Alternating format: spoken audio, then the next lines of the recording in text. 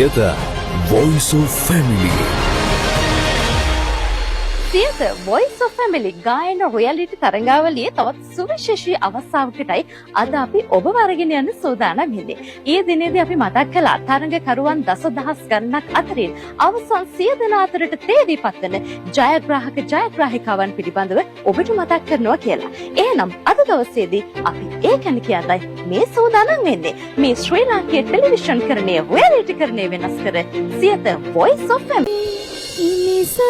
ඉනිසනරාමර ලෝක සිවංකර ලෝතුරු බුදු සමීදේ